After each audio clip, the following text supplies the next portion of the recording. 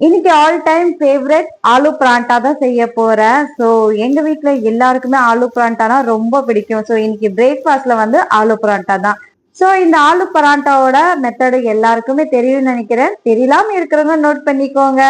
So உருளைக்கிழங்க முதல்லயே வேக வச்சு எடுத்து வச்சிருக்கேன். உருளைக்கிழங்க நல்லா மேஷ் பண்ணிக்கிட்டு அது கூடயே வந்து ஆனியனை வந்து நைஸா கட் பண்ணி கூடயே சேர்த்துக்கிட்டேன். அது கூடயே வந்து ஒரு கேப்சிகான் வந்து நைஸா கட் பண்ணி கூடயே சேர்த்திருக்கேன். கேப்சிகான் சேர்க்க மாட்டாங்க, ஆனா கொஞ்சம் சேஞ்சிங்கா இருக்கட்டும்னு சொல்லி இன்னைக்கு நான் சேர்த்திருக்கேன். அது கூடயே ஒரு பச்சை மிளகாய் நைஸா கட் பண்ணி கூடயே சேர்த்துக்கிட்டு ரெட் சில்லி, தனியா தூள், மஞ்சள் தூள், அதுக்கப்புறம் சீரக மசாலா, பெப்பர், தேவையான அளவு சால்ட், இது எல்லாமே காரத்துக்கு தகுந்தாம நம்ம சேர்த்துக்கலாம். கடைசியா கொத்தமல்லியும் கூடயே சேர்த்துக்கிட்டு நல்லா மிக்ஸ் பண்ணிக்கிட்டு அதுக்கப்புறம் வந்து சப்பாத்தில நம்ம ஸ்டஃபிங் வச்சு நல்லா உருட்டி நம்ம தவால போட்டு எடுத்தோம்னா சூப்பரான ஆலு பராட்டா ரெடி ஆயிடுச்சு. இந்த ஆலு பராட்டா கூட வந்து பாத்தீங்கன்னா நம்ம ஊறுகாய் வச்சு சாப்பிடலாம், கடு வச்சு கூட சாப்பிடலாம்.